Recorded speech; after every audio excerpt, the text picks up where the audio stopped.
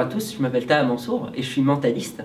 Je suis heureux de vous présenter mon premier spectacle, L'Effet Papillon, qui sera joué au Théâtre. Du coup, ça sera tous les samedis à 17h, 12 janvier au 30 mars. Donc, en fait, il y a plein de différentes définitions du mentalisme de nos jours. La manière dont moi je le vois, c'est plutôt un art du spectacle qui joue énormément autour du mental des gens.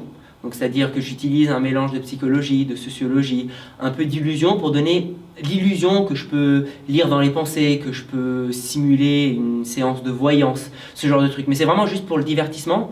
Et moi, j'aime bien dans mes spectacles qu'il y ait un peu des messages derrière, un peu d'inspiration, un peu d'ouverture des yeux, de regarder les choses d'une autre manière. D'accord. Alors en fait, c'est une idée qui m'est venue il y a maintenant 3 ans et demi. J'ai commencé à l'écrire ce spectacle il y a environ 3 ans. Ouais. C'est un phénomène que j'avais étudié qui m'avait fasciné. Le fait qu'un simple papillon qui battait ses ailes au Brésil pouvait engendrer une tornade au Mexique, ça me rendait dingue. Je trouvais ça extrêmement incroyable et je me disais, et si en fait nos actions tous les jours étaient causées par ce même genre d'événement? Peut-être qu'en réalité, lorsqu'on agit un jour ou l'autre, en fait, en réalité, c'est pas vraiment nos décisions à nous, mais c'est plutôt plein de petits événements qui nous influencent et qui font qu'on fait ça. Et du coup, j'ai eu l'idée de l'effet principal, du numéro principal de spectacle qui était l'effet papillon, et j'ai construit le spectacle un peu autour.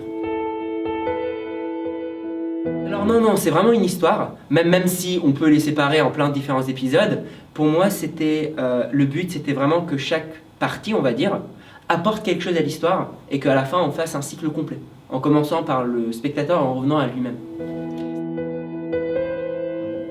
Alors, j'ai commencé avec la magie. C'est assez particulier en fait le mentalisme. Je prétends pas que j'ai des super pouvoirs ou quoi que ce soit.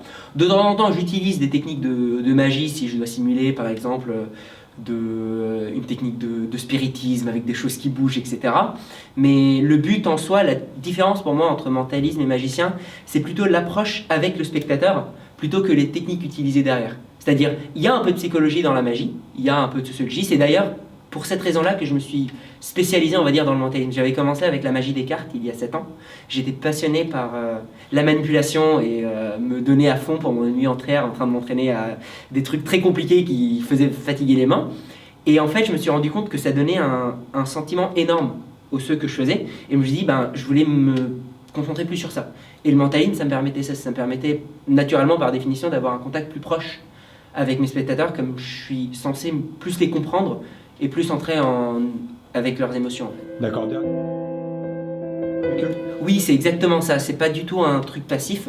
J'aime le spectacle est extrêmement interactif. Le but, c'est que le public joue à l'intérieur du spectacle. Sans le public, il n'y aurait pas de spectacle, en fait. On va le dire clairement là-dessus.